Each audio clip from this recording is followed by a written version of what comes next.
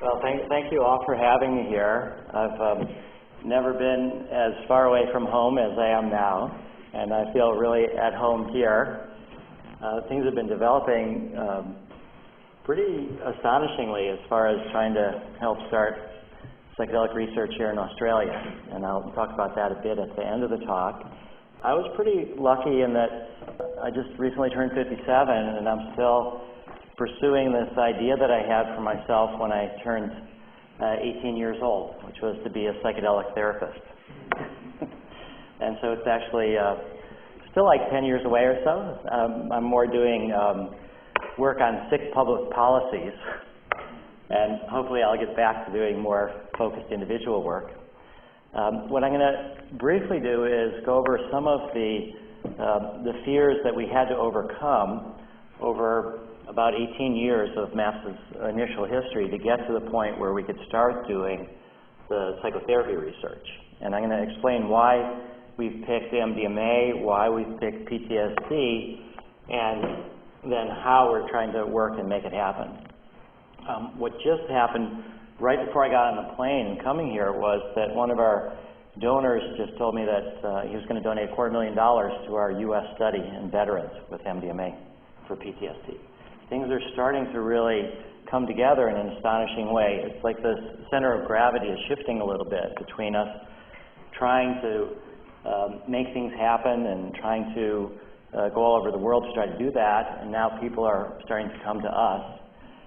There was an earlier question about, is this resurgence of psychedelic research around the world in part because people are trying to sort of stick it to the U.S., or did it come, emerging out of the U.S.? And I think it's the case that a few people can really make a difference. And so starting in 89, 90, the people at the FDA that regulated psychedelic research shifted, and they decided to put science over politics. And we were able to start building on that. We had started a study in Spain. The first MDMA PTSD study ever in the world was in Spain in 2000. And then there was some really good media attention about it, but that alerted the anti-drug authority in Spain, motivated also by the U.S., and they ended up shutting the study down for political reasons. So then we kind of had to go abandon our international strategy, go back and make it happen in the U.S., which has now really starting to flourish. So our general approach is that we work to replace fear with facts. And I looked a little bit about what's going on here in Australia as far as drug education. Now, we call this replacing facts with fear. This was supposedly an ecstasy lab that was, made using drain cleaner, battery acid, or even hair bleach and popped in your mouth. So I sent this to Dave Nichols and to Nick Cozy to try to see, is this really an MDMA lab? Could this have been a meth lab? And how far away from the actual story is this? So Dave said probably the worst example they could find of a drug lab they had raided and taken a photo of. He said he couldn't tell what it was actually trying to produce. But Nick Cozy said, I love the way they always throw the battery acid and drain cleaner into the story, as if prescription drugs were not manufactured using the exact same reagents, which are simply dilute sulfuric acid and sodium hydroxide. So Nick also sent me some pictures of her actual lab that you could have just as easily said that MDMA was, and he has produced some legal substances out of this lab. Now, this was an amusing video. It's a 1-minute video from the Australian government. You guys have paid for this, so I think you might as well see it.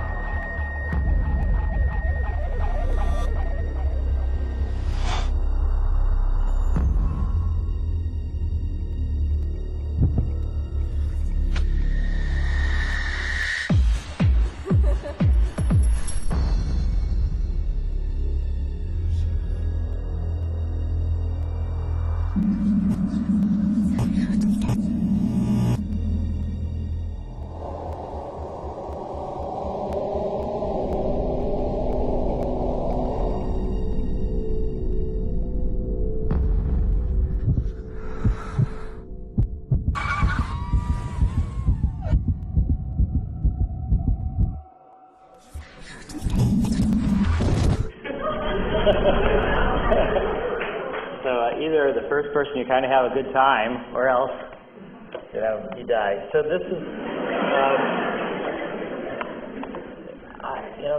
it's hard to say how effective these are because they seem so extreme. Now, talk about extremes. This was a very widespread image that was on MTV and on Oprah in 2001. This was supposedly a SPECT scan of an ecstasy user, and it claimed to show that she had these holes in her brain. Now, if she really had these holes in her brain, she wouldn't have been there, but she was actually on the TV show, articulate, talking about how this was her brain and she's now cleared up her life. And so she couldn't be doing those things if this was really her brain. There was some evidence of brain damage, though, in that she was working for the Partnership for a Drug-Free America as a spokeswoman for, how bad. So this is supposedly her brain. And it's amazing how many people actually were scared by this, and this is frightening.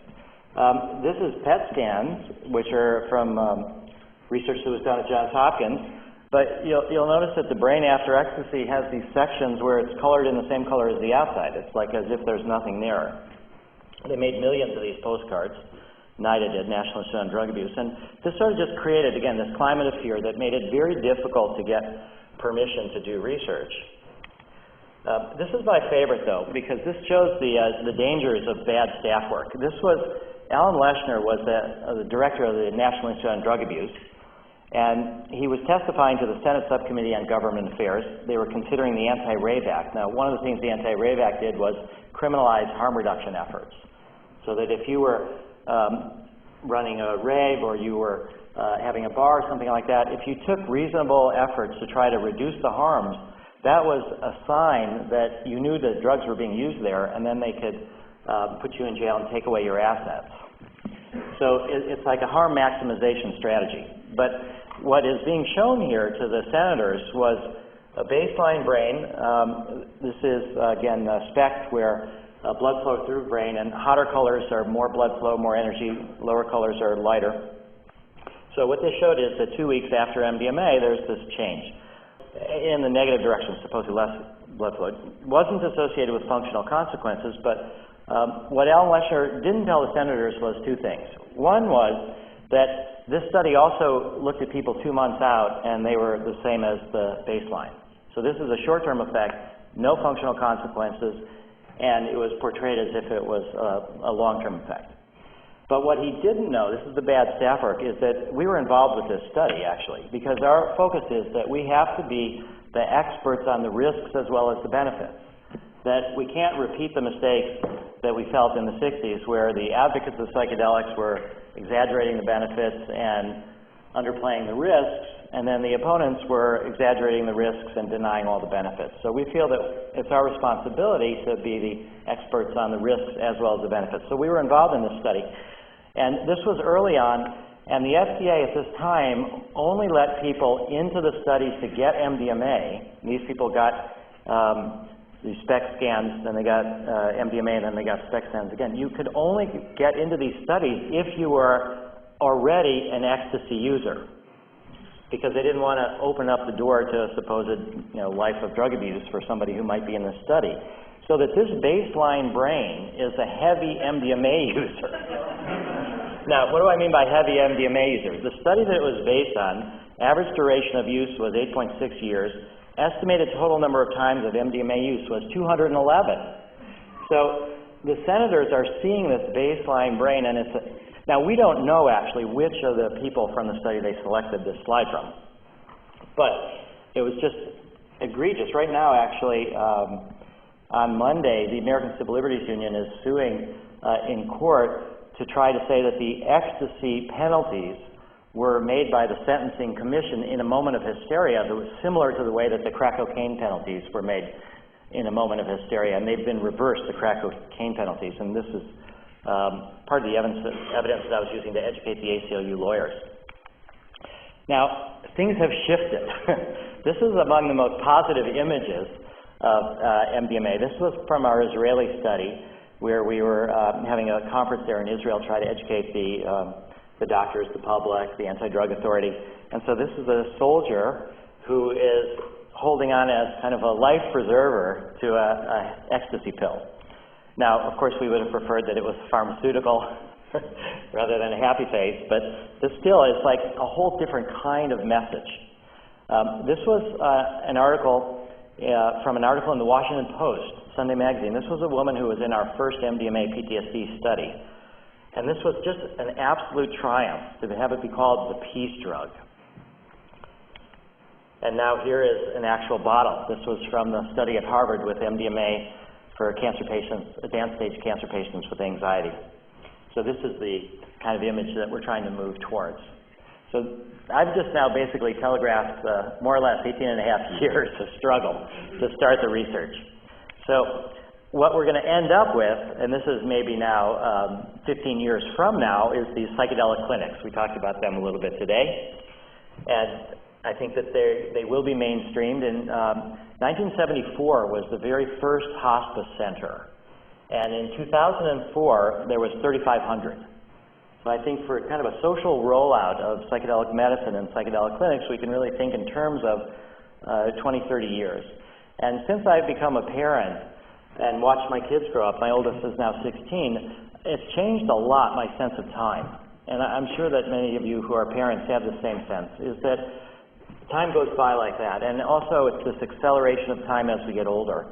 And so now it's a lot easier to think about change in terms of 20, 30 years. It doesn't make me as impatient, like I need to see it right now. So I think from this one, this is now Google Maps, showing the location of psychedelic clinics all over the country. A little bit of imaginary work there. So mostly now I'm going to talk about why MDMA, why PTSD. Then we're in a stage where we're doing a series of pilot studies. And these are designed to answer a series of scientific questions leading to the development of large-scale phase 3 studies. And the phase 3 studies are the ones that count as proving something in terms of safety and efficacy. So none of what we've done so far is really designed to prove anything conclusively, but it's to gather information. And I'll explain what the questions are. And then I'll move into our U.S. pilot study, the first one that we've completed, and the follow-up and how we designed it and what the results are.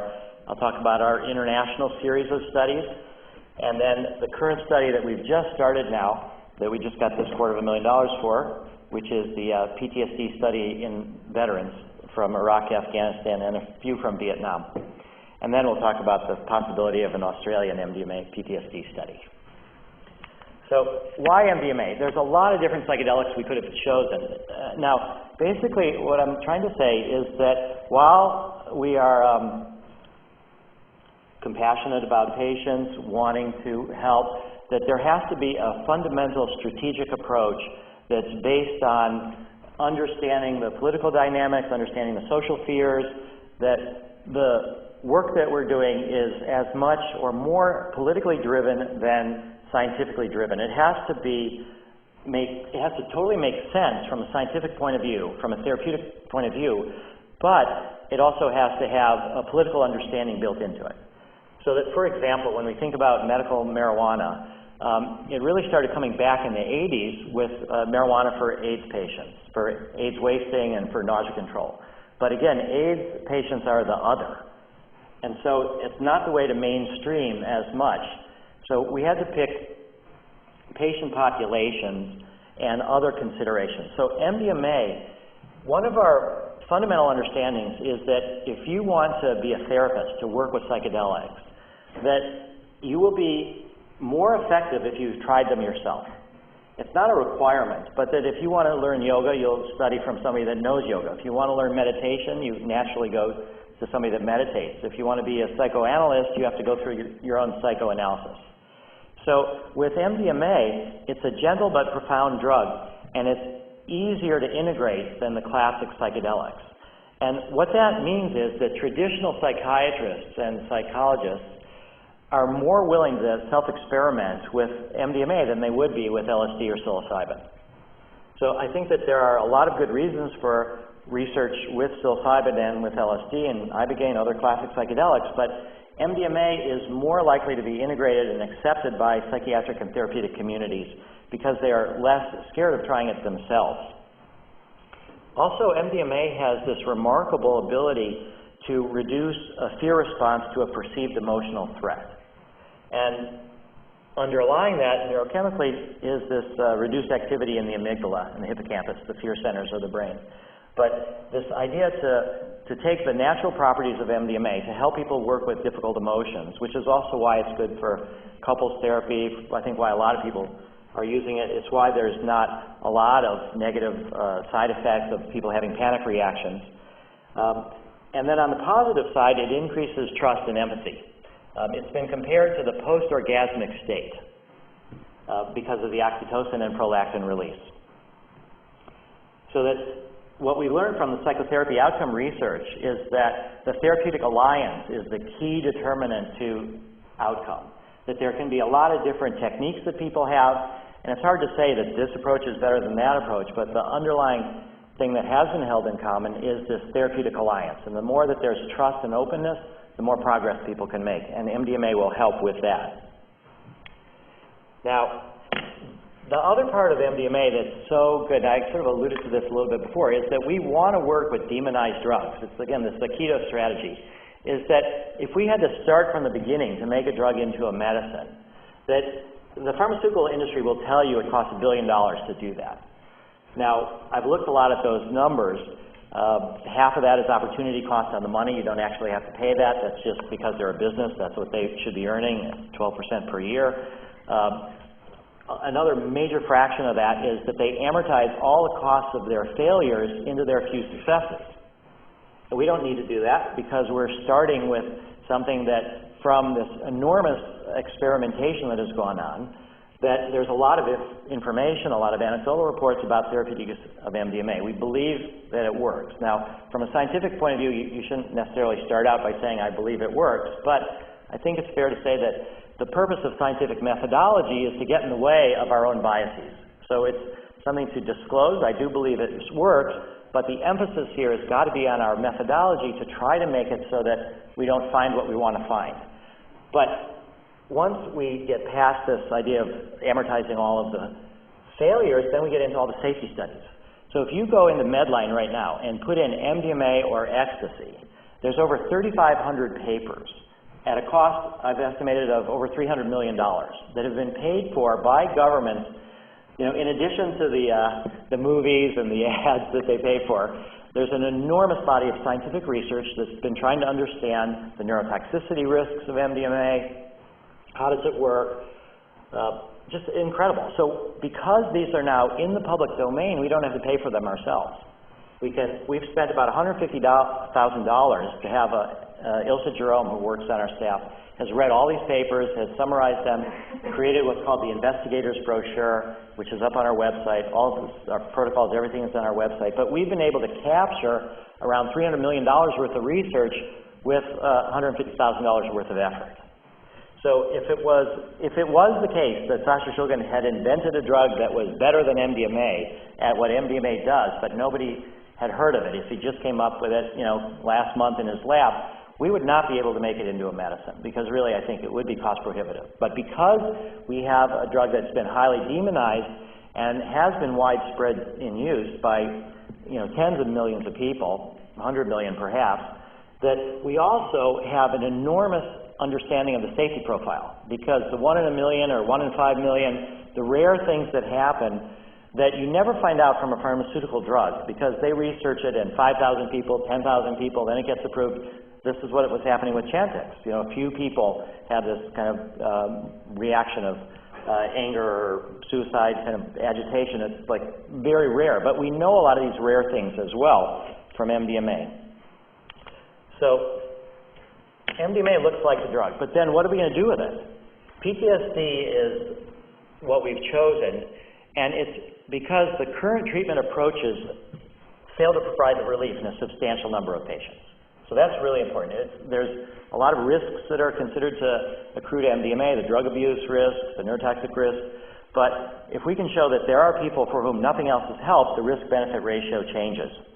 There's also an internationally accepted outcome measure, which is the CAPS, which is actually translated into multiple different languages. It's really a clear map between the disease conditions we're trying to treat and the outcome measure. It's not the case with all the work with psychedelics with end of life. That's why I think LSD, psilocybin, the work with people who are dying, it's really important. It's more widespread than PTSD. We're all going to be dying.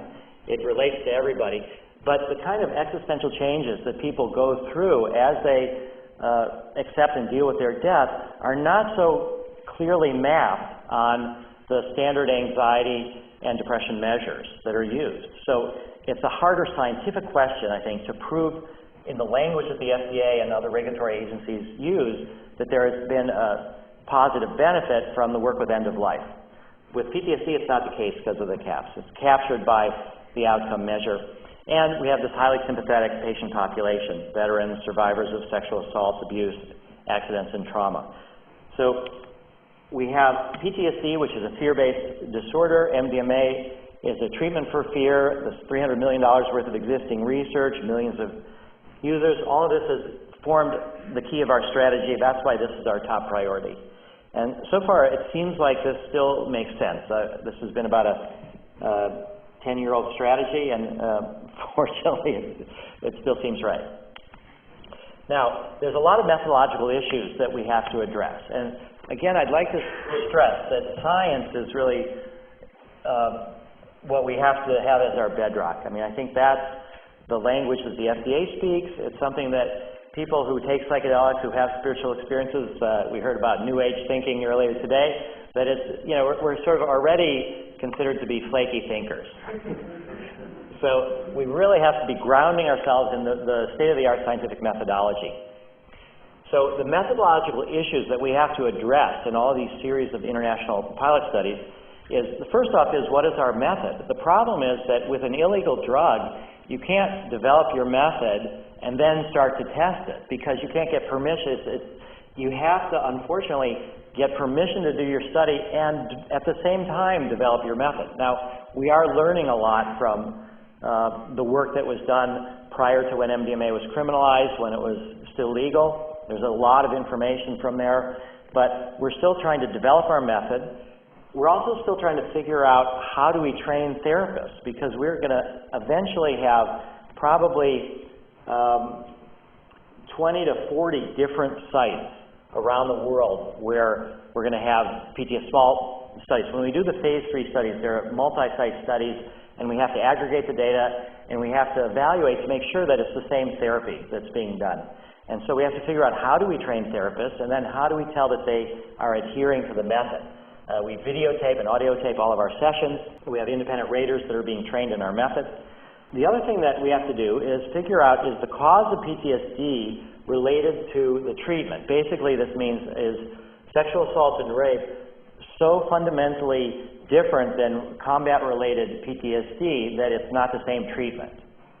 And if it's not the same treatment, then we can't combine these subjects into the same outcome studies. But if it's different causes, but the treatment approach is the same, then we'll have a lot easier of a time to recruit subjects, to do our large, and our data will then apply to a larger set of people. So our first study in the U.S. was mostly women survivors of sexual assault and rape. Our next study is now in veterans. We also have to figure out how do you do a double-blind study? I mean, you know, if you've ever, or if you know of anybody that's ever bought something that was supposedly active and it turned out to be fake, you know, could you tell? I mean, how is it that we're going to fool people if they get an inactive placebo or they get the MDMA? You know, where does the double blind go? So how do you do a double blind with a psychedelic drug that has very strong acute effects? That's one of the key methodological issues, and we've spent a lot of time working on that. I'll discuss once we get into it how we think we've addressed that. We also need to talk about the variance and magnitude of the treatment effect. Basically, if you have a very strong effect, and it happens in almost everybody, from a statistical point of view, you need fewer people to show it. But if you have something that's not such a strong effect, then it works in some people, not in others, and it takes a larger number of people. It will cost us a larger amount of dollars to do, and we'll have to have larger numbers of people in our studies. So this variance and magnitude is to help us figure out how to size the studies. And then this question of cultural differences. I mean, that actually is one of the things that's exciting me about an Australian PTSD study, is because You speak English here.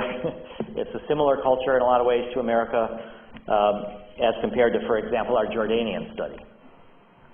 So we are now working on the development of our therapeutic methods. Again, I said this is up on our website. We have tried our best to describe it. I'll go into it a little bit later, but this is an evolving document, and it's being used in how we train therapists. So we have now, basically our structure is a 5-day training program, mostly watching videotapes of prior MDMA sessions, and reviewing the treatment manual and the adherence criteria. And we also have been able, this is to show you how much progress we've made in the United States, is that it really felt like it was important to provide a legal opportunity for therapists to experience MDMA, because again, as part of training to be in our studies, there's a small number of people that have above ground credentials and underground experience. And then we have not quite exhausted that group, that population, but for mainstreaming, we need to be working with people that have never done MDMA before, that have never thought of doing MDMA before, but are interested in helping to do PTSD treatments.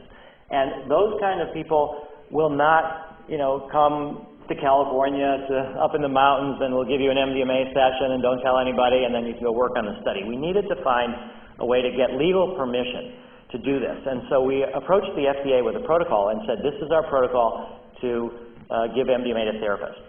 And we just made the case why it was necessary. The FDA came back to us and they said, you have persuaded us that we need to give you permission to do something like this. But the form that you gave it to us in, we can't approve. We're not in the position of just approving protocols to give training sessions to therapists. You have to do a study. You have to make it look like some kind of a study. And so we're like, well, thank you for telling us that. And so we designed a study that's looking at the psychological effects of MDMA in normal, healthy volunteers who happen to be training to conduct MDMA therapy. Eventually they said yes. So we finally do have permission for doing this study.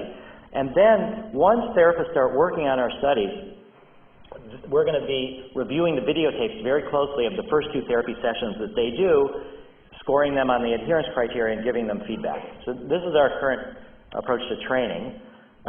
This is this question of, is the PTSD related to the treatment? So far we think that the treatment is the same, despite the cause of PTSD. Now, for a successful double-blind, you can use an inactive placebo, an active placebo, and actually dose response is where we're coming. Inactive placebo, the first study that we did was with an inactive placebo. The patients and therapists were able to tell pretty much 100% of the time. So it was an unsuccessful double-blind. Active placebo means something other than MDMA, like maybe Ritalin or maybe some other kind of a drug. But there's certain concerns about, you don't want to activate people with PTSD with stimulants that don't have any kind of therapeutic potential. Also, it's still possible for trained therapists to tell it apart. And so dose response is the way to go, which means that people in the study all get MDMA but at different doses, and it's more difficult for them to guess what dose they got. So that there'll be a significant number of guesses in error. And if we have like 20% or so guesses in error by patients and by therapists, then it counts as a successful double-blind, because nobody's quite gaming the system to supposedly maybe give the best treatment to the people that got the highest dose. And this has now pretty much been accepted by the FDA as the likely way to go. Now, in terms of the magnitude, this is the decline in the CAPS from the US data, just to show you that that's the magnitude. How much does the CAPS go down? The Swiss study, this is the individual patients, and you can see that there's a fair amount of similarity between where they start, where they end up is slightly less, but it's more or less uniform. So we have a pretty minimal variance and a pretty strong magnitude in the US data. I'll show you later, though, the Swiss data was only half as good as the US data. So that's something that we're still trying to figure out about the cultural differences. There was a dropout in the Swiss study. It was a Turkish person, and he was accepting the fact he was there because he was involved in a workplace accident, somebody died next to him, he felt responsible for it, and under the influence of MDMA, he was really acknowledging his responsibility, but then he just totally freaked out because the part of Turkey where he was from, they don't really have much in the way of the rule of law, and it's kind of a tribal system, and if you're responsible for somebody else's death, their family has the right to kill you. So that's what he was coming on to, and that was just too much for him, and he said he wanted to leave the study. The therapist actually had to go walking with him for a couple hours. But those are the kind of cultural differences that we're looking for to see if we can really do it. This is the paper that we published July 19th in the Journal of Psychopharmacology, talking about the results of our U.S. study. The results were actually outstanding. The design was that people were treatment resistant to both pharmacotherapy and psychotherapy. They had PTSD an average of 19 years, inactive placebo versus 125 milligrams. And what our approach has been is because MDMA is kind of shorter acting, after a couple hours, we have the option, if the therapist and patient want it, to give half the initial dose. And what that does is it extends the plateau of this therapeutic window. And more we're finding that we are using that. And it's a combination of drug and non-drug therapy. 2 to 3 MDMA sessions with 2 months and long-term follow-up. This is the therapy room. We call it the psychedelic bed and breakfast because people are supposed to spend the night. It's actually a remodeled house, which is Michael and Annie's office. It's really important, we feel, for people to spend the night where they've had the therapy session, and then in the next morning they have integrative sessions, then they go home. This is the diagram of the study. So basically, we have the screening at baseline. These red circles, blue circles, are these 90-minute non-drug therapy sessions to prepare people for what's likely to happen. This is where you're building the therapeutic alliance, you're helping people understand about letting go, about how it's really going to be follow your unconscious, let things emerge. This is preparing them for the sessions. The triangles are the 3 MDMA sessions, and then these squares are the non-drug integrative sessions that are 1 week between. So basically we have 3 MDMA sessions, 3 to 5 weeks apart, and weekly non-drug psychotherapy for integration purposes, and then to prepare for the next. And depending on how long it takes somebody to integrate, we might schedule the second MDMA session to be 5 weeks or 3 weeks or 4 weeks. So it's really patient dependent, the schedule, but it's more or less similar. And the outcome is 2 months after the last therapy, and then the follow-up.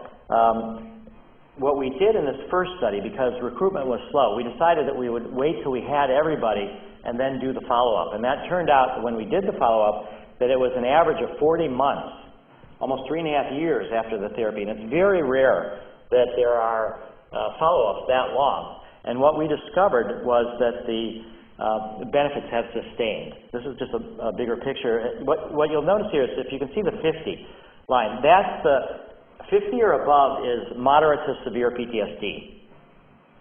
And you had to have 50 or above to get into the study. And at the end, the average was below 30. So this is a clinically significant drop, so much so that 80% of the subjects no longer qualified for a diagnosis of PTSD after the study, compared to 25% in the placebo group. So over 80% to 25%. And of the people in the placebo group, one of them faded after a very short amount of time. And what we then did was all of the people that were in the placebo group could volunteer to go open label, means they know what they were getting, to go through the study again. And then those 7 out of the 8 all had drops that were comparable to this. So we actually ended up, people were both their own controls and then they were matched controls. So it's a more sophisticated. This shows how the long-term follow-up is even lower than, now we lost a few people to follow-up, that's always an issue, but we looked at it and where their initial scores were not significantly different than the average before. So internationally, our Swiss study, we now started using low-dose MDMA. So this was 25 milligrams as the placebo dose. And the MDMA group did benefit, as I said, not quite as much as the U.S. study. And we're working this up for publication right now. There were no serious adverse events, no evidence of harm. The last person is going to be getting the long-term follow-up in January, and we hope to have the paper in April. This is showing you the CAPS results declining. Again, it's more or less over 30 somewhat, so you can see it's not the same. The red line is the full dose people, and then the lighter color is the people who were in the placebo group initially and then went into the MDMA group in an open label. So these results are still good. These are better than the results for Zoloft and Paxil, substantially. But I should add that this is much more expensive than Zoloft and Paxil in the short run, because it's a male-female co-therapist team. Each person gets around 40 hours of therapy, so times 2, it's like 80 hours of therapist time. So it's really a lot. We used another scale, which was meant to be a shorter version than the CAPS. It showed similar results. We're not using it anymore because it's not as accepted as the CAPS. And we're working with Franz Vollenweider and his team at the University of Zurich on looking at physiological correlates of PTSD and how they're changed by MDMA. So everybody in our Swiss study, before they got treated, they got EEG, startle reflex, and heart rate variability studies, and we don't know the results of this yet. But this was something that Franz paid for. MAPS only paid $5,000 for it. So that, again, we have to target our resources on showing that something happens beneficial. From the FDA's point of view, you don't have to explain why something works. You just have to show that it works. So we're mostly just focusing on showing therapy. Israel was a bit of a stretch because we're working with the former chief psychiatrist of the Israeli Defense Forces. He runs a major, the largest mental hospital for schizophrenics and psychotics in Israel, and it's traditional psychiatrists. And these were psychiatrists that not only had never tried MDMA, but didn't want to try MDMA. There was a little bit of, again, that fear of losing control. But we thought, okay, how much of the magic is in the MDMA? How much of it is in the therapist? Maybe this will help us find out. And what we found out is that the therapists are really key to this project, and that they were no serious adverse events, but that the patients reported they felt somewhat better, but we didn't see it in the CAP scores. So we've now shut this study down prematurely, and we're restarting it where we're splitting up the two traditional psychiatrists, and we're bringing in therapists, psychologists, who have more experience personally with MDMA and with PTSD. And we'll restart it with a different therapy team. But with the same psychiatrist as half the team, because again, this is part of the trying to mainstream, is teach the traditional psychiatrists. And these were mostly war-related or terrorism-related patients. Coming up is in Canada, we're trying to replicate our results in the U.S. The Canadians, one of them therapist was trained by R.D. Lang, the other was trained by Stan Groff. So can we replicate the U.S. results in a similar cultural context with similarly trained therapists? 12 subjects is our standard. Here it's going to be 125 milligrams versus 25, 3 sessions. And we have all the approvals for the protocol, but we're waiting on the import permit. And the Health Canada is kind of dragging their feet. This has taken a lot longer than we thought. It's already been a year waiting for this import permit. But they run out of excuses, and we're going to keep at it. So this will hopefully be approved in the next couple of months, but I can't really say for sure. This is the second Israeli study. Also in Israel, we're using 2 sessions instead of 3. If we can show that we can help people with 2 sessions instead of 3, we'll save millions of dollars on the big phase 3 studies. In Jordan, this came about ironically because of cluster headaches. There was several people from Jordan with cluster headaches who were interested in what was going on with cluster headache research, and they came to the U.S. The study wasn't ready, but they found their way to LSD, and they ended up curing their cycle of cluster headaches, and it turned out they were extremely politically well connected in Jordan. And so I started thinking, as a Jew, as Israeli relatives, you know, maybe we could really do something in an Arab country, and also it would be very interesting for us to try to figure out about the cultural differences. And so I've been there now 4 times. It's been incredibly healing to me to cross these borders and to work with the chief psychiatrist from the Jordanian army. The psychologist is the chief psychologist for the Jordanian counterterrorism. And to be in Jordan looking back at Israel has really turned my world upside down in a lot of different ways. And so the Jordanians were explaining, though, that talking about MDMA in Israel and Jordan as kind of a way to build peace, they said in their culture, you know, you need to talk about the Jordanians are competing with the Israelis. So now we've got competition for who can work with MDMA the best to cure trauma. So that's a great cut. So this is the Arabic caps, just to show you. We're translating the caps into Arabic, and this will hopefully help start research with PTSD throughout the Arab world. Our U.S. study in veterans is, again, to see if the cause requires different methods. This looks like our design for the phase 3 studies. And we got 3 groups now in this study. We're going to have the low dose, which is 30 milligrams, followed by 15. The medium dose, which is 75 milligrams, followed by 37.5, and then the full dose, 125, followed by 62.5. So there will be a fair amount of confusion, we believe. And we're also starting to bring in higher risk populations, particularly Hep C and controlled hypertension. And we have a fairly rich body of evidence from underground work that this will work. You go to Arrowhead and you can find out a lot of this kind of stuff. So, are you a veteran? This is one of the ways that we've used to try to recruit subjects. Actually, now we have an abundance of vets. I mean, it's really quite sad that there's a lot of vets that are not being well treated. And so we have 4 so far from Vietnam. And we want to see if people who have these long-standing patterns can really be helped. And 4 from Iraq and Afghanistan. And we're also trying to do half female, half male vets as well. So the timeline to make MDMA into a medicine is 2 to 3 years to what's called the end of phase 2 meeting. Now, that's where we bring all of the data from our phase 2 studies and we say, here's the design that we want to use for the phase 3 studies.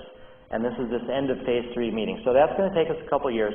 Once the FDA and the sponsor comes to agreement on what the design of the studies are going to look like, then it's going to be 3 to 5 years to finish that, and probably $7 or $8 million. And then after you gather all that data, you analyze it, you submit it to the FDA, and that takes them a year or 2 to review. So we're more or less 10 years away from having the first psychedelic made into a prescription medicine.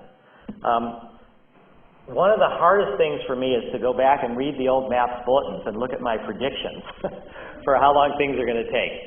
So we've had a 5-year plan for about 5 years. Now we have a 10-year plan. We've had this 10-year plan for the last 2 years. But this is, we encounter new problems and we revise our, but I think it's getting more and more realistic as we get further and further along. This is just a sad thing to note that this is the importance of trying to do this as fast as possible. I was contacted by this fellow, Zulfi, who wanted a referral to an underground psychedelic therapist for PTSD. And we talked about it, and he explained how he thought he might have had a stroke, and I started thinking that's not really a safe context for it, and I didn't refer him on. And then I didn't hear anything for another 6 weeks or so, and then I got a call from the police in his town and said, do you know this guy? And I said, yeah, and I talked to him about this, and he said, well, he left you a suicide note, which he wrote the day after I talked to him on the phone. He didn't kill himself for like 6 weeks later, and the last part of this says, this note for me is, in case you want to use this letter in any way possible to help your cause, I may have been one life saved had I access to psychedelic therapy. Now, what's the story about Australian MDMA PTSD? Well, I'm here to report that MAPS is offering a $25,000 matching grant to support a study in Australia for MDMA for PTSD.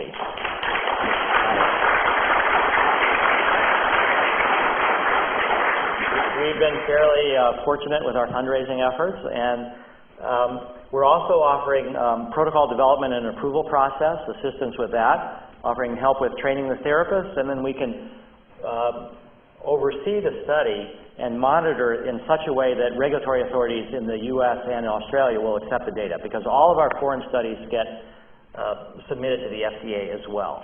So since I've been here, just since yesterday, we've now, thanks to Henry and others that he knows, that we have now made the match, so now we have $50,000 to start playing with. And then with Stuart and others, we've been talking about people with veterans here with PTSD, and so we may even have a therapy team here. So things have just been developing at kind of an astonishing rate. There's just a real need, and it's like coming to the fore right now. So that's where we're at. That's my presentation, and I look forward to being here again.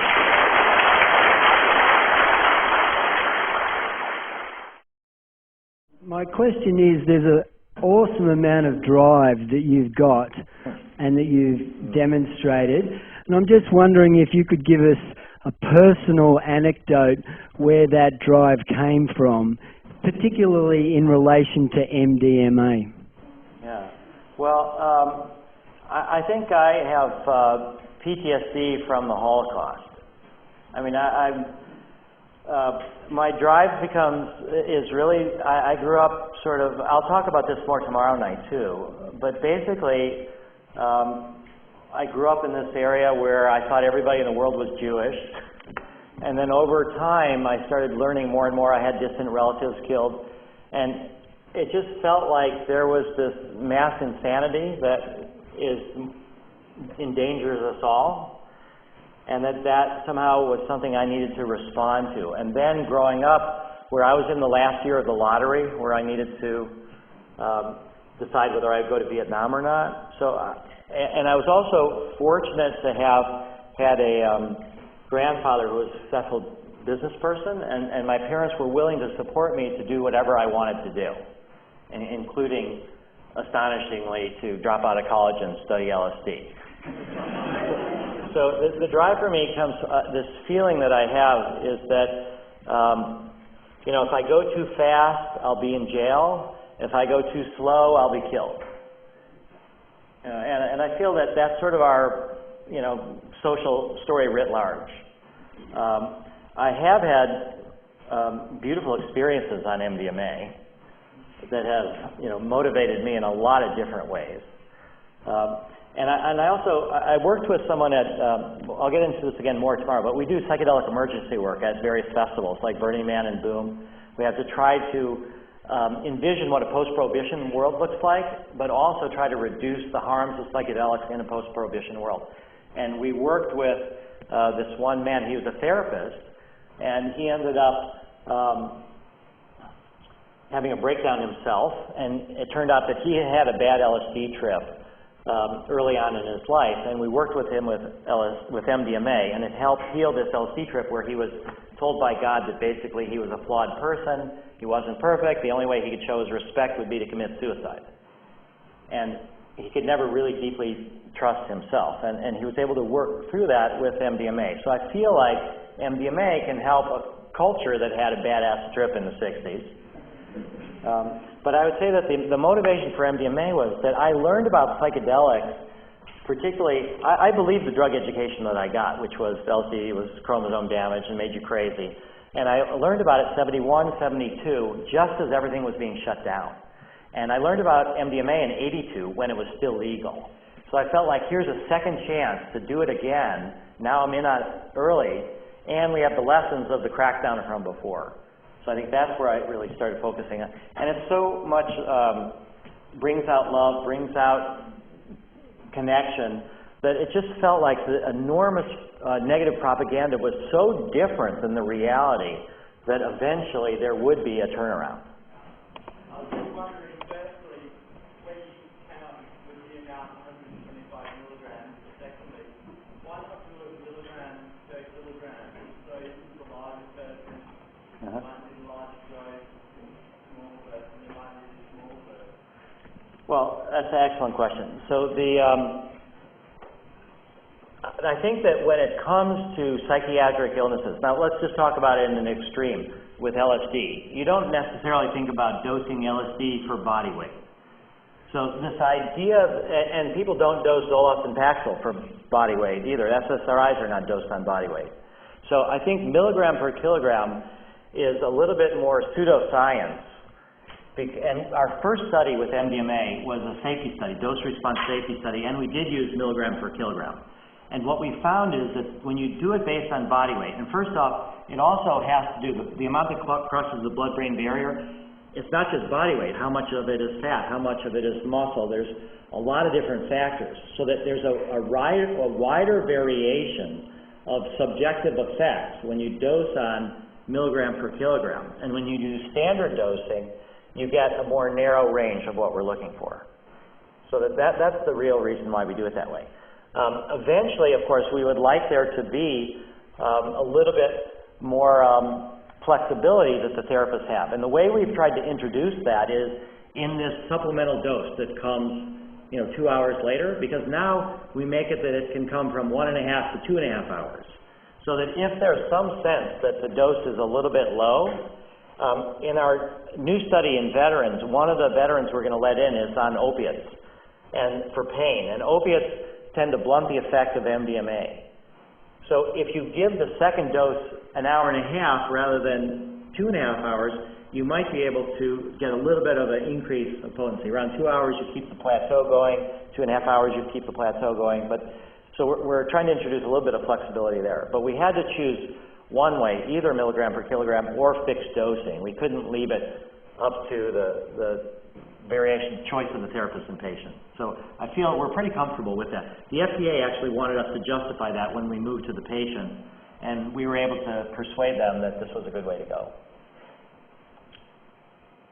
I'm wondering if you have noticed any difference over the last 18 years in terms of the responsiveness and the acceptance on the part of the FDA when it's a Bush type of government versus a Obama, Clinton type of government, or is it just fairly steady no matter what the political climate is at the time?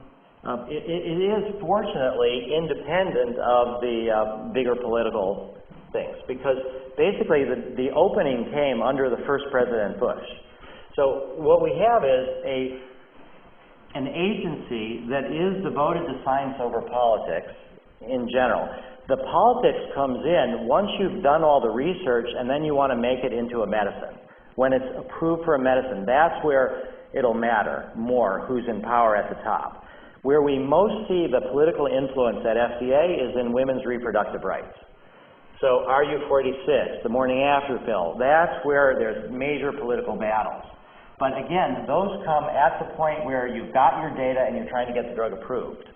But at the level of the divisions of the FDA, they're fairly independent.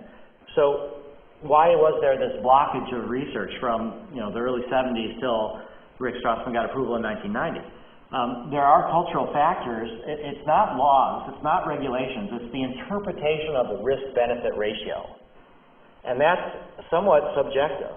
And at the same time, but what really happened was that and this is a big part of my dissertation, which is up on the website, is that the FDA was being accused by the pharmaceutical industry of going too slow in reviewing drugs in the middle 80s.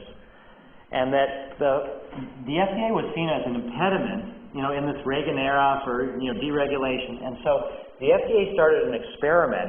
How could they review drugs more quickly? And so they created this group called the Pilot Drug Evaluation Staff. And they were to figure out these new methods, but they had to get some drugs to review.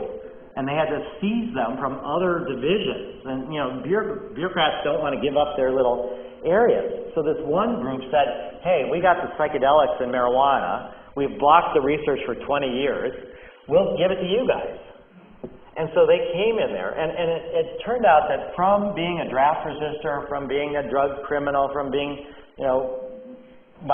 thinking of myself that way, then to going to the Kennedy School and trying to see, again, this mainstreaming, I applied for what's called a presidential management internship, which is, and I managed to win it, and it's for people who want careers in the federal government. And it's a highly competitive thing, and so I tried to get a job at the FDA with this division. And I didn't even know they existed as a thing. I just wanted to be, in this FDA. And it turned out that they wanted me there because they're a reactive agency. They don't do their own studies, they review studies. And since their attitude was changed, they wanted people in the psychedelic research community to know, okay, you can start submitting applications. So I almost got a job at the FDA. I was willing to give up drugs to do it. But the DEA got in my way yet again because I had previously been involved suing the DEA for criminalizing MDMA. And so this branch at the FDA, the people there, they said, we can't quite let you in the door. I would have had to wear a suit and a tie and all this stuff, but they said, we will advise you informally on how to work best with FDA. So and then we've been creating precedents throughout the years. So now we're in a much stronger position, and they've got this precedent that psychedelics and marijuana should be reviewed like any other drug, that there's no special risks. The FDA are really used to dealing with risks. They used to opiates for pain, so that they have the authority. And so who's the president and who's not really doesn't filter down to these divisions plus the precedents. And this idea also that you asked about is that there's now more of a receptivity towards this kind of research. There's less resistance in the scientific community. Again, it's because we're talking about helping people who are scared of dying. We're talking about helping veterans. And there's a general sense by a lot of people that things are not going well the way they should be going, that the pharmaceutical industry can't be completely trusted to have your best welfare in mind. And so there's kind of this balance. There's also this other factor, which is the aging of the baby boomers. So time is actually on our side for a brief, next 10, 15 years, because there are a lot of people who have given up psychedelics, used them in college, given them up in order to get jobs, have families, have careers, and now they're in their 50s, in their 60s, and they want to see something happen with psychedelics. So psychedelic retirement and psychedelic hospice. It's true when people start thinking at the end of their lives more spiritually. So we're seeing a lot of people now who have resources, who have institutional credibility. Roland Griffiths is the best example of that. His whole career was involved with NIDA-funded neuroscience research. Now, near the end of his career, he's like, one of the leaders of psychedelic research. So I think that we're fairly fortunate, but I should say, and I know it's kind of a long answer, but part of the reason for the international strategy is if there is a backlash in any one country or in the U.S., we will have some surviving studies. So that's why it's really important, that we start something in Australia, that we start it elsewhere, just for political insurance in case there's a backlash. Just a quick question about your protocols. I believe you don't have problems with drug aware versus drug naive or previous MDMA self-medicators in your trials, is that correct? And then the second one is, would you have any issues with people on SSRIs or any contemporary current pharmacotherapy? Yeah, the second question is easier to answer, is that people have to withdraw from SSRIs to be in the study. SSRIs do mute the effects of MDMA also. Basically, we want people's symptoms to come back.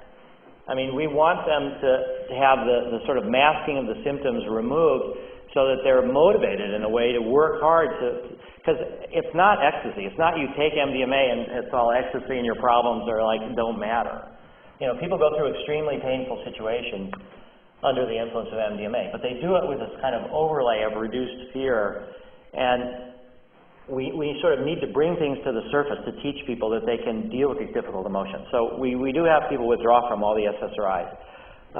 This question about prior use of MDMA. Initially, the FDA said that they wanted only people who had prior exposure to MDMA, even in our PTSD study.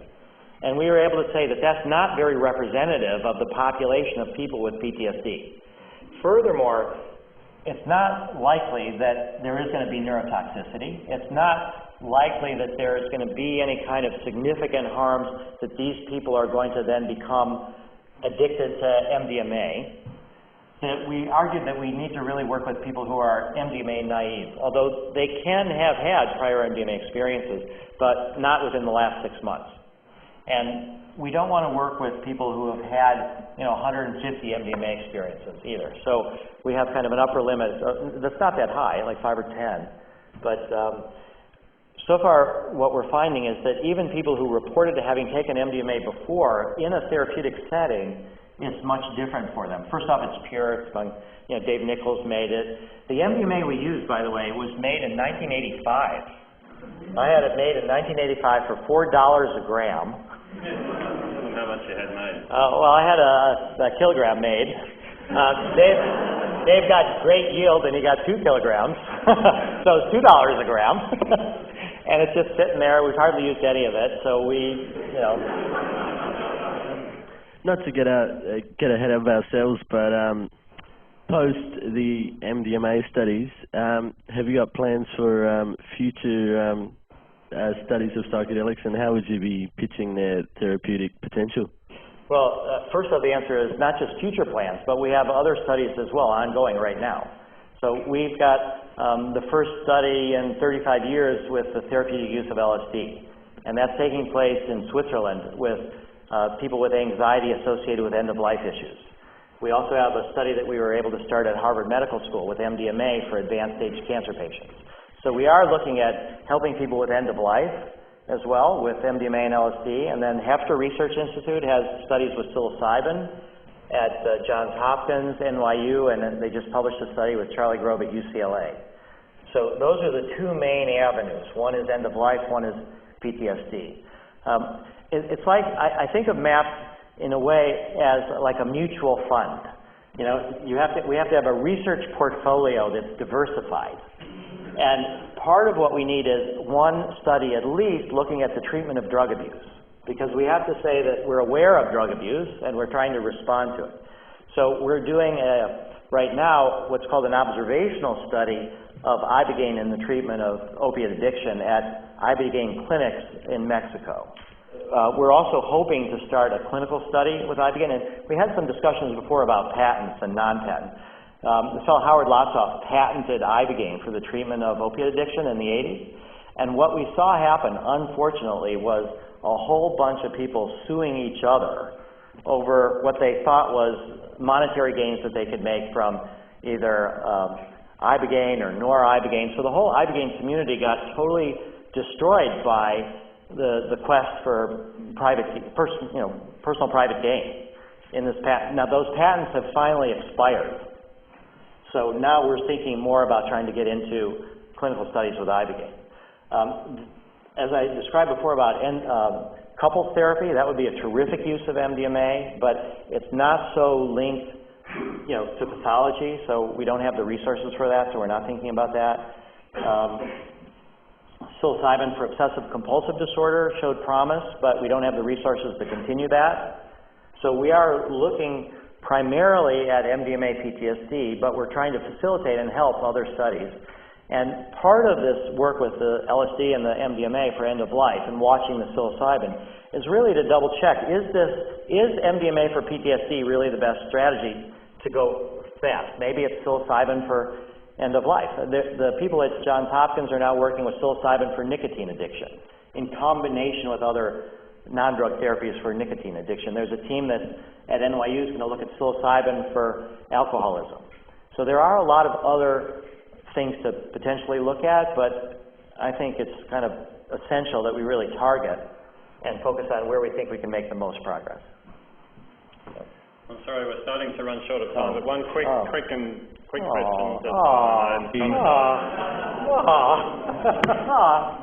realise I run the risk of people never talking to me again. Okay, so very brief. We don't want that.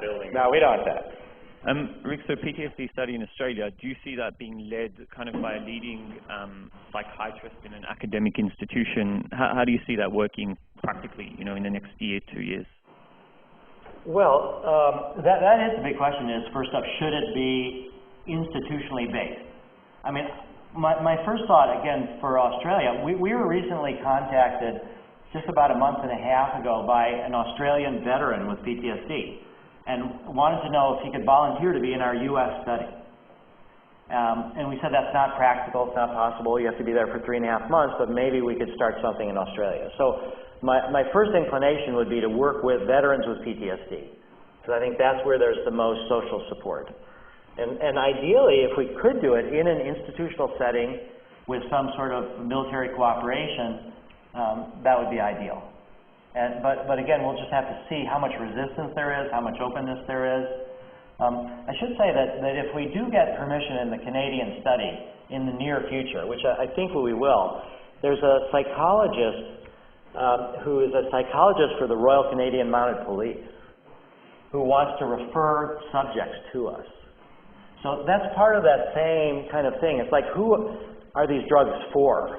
If they're for people in the mainstream, if these drugs can actually help police and the way that happened is that Valerie, who's the deputy director of MAPS, Valerie Mojeka, was calling me from the MAPS office. I live in Boston, the office is in Santa Cruz. And she was just explaining how around the office there was all sorts of police all over the place because somebody had been murdered a couple houses away. And it was a pregnant woman who had been murdered. And it just got me thinking how hard that would be to be a police officer to discover something like that. What it must be for the police. I almost never have sympathy for the police. And then that afternoon I got a call from someone who was from Canada. He said that he was interested in learning about our ibogaine study, which we had initially started to try to do in Vancouver. And he asked some questions about how we were doing it, and then he said, I just have to tell you, I work for the police. I'm a psychologist for the Royal Canadian Mounted Police. And I was just primed, and I said, well, do you guys, work with police officers with PTSD? And he said, yeah, we do, lots. So that's what I'm saying. For here, if we could work with the military, with vets, that's the ideal direction, I think.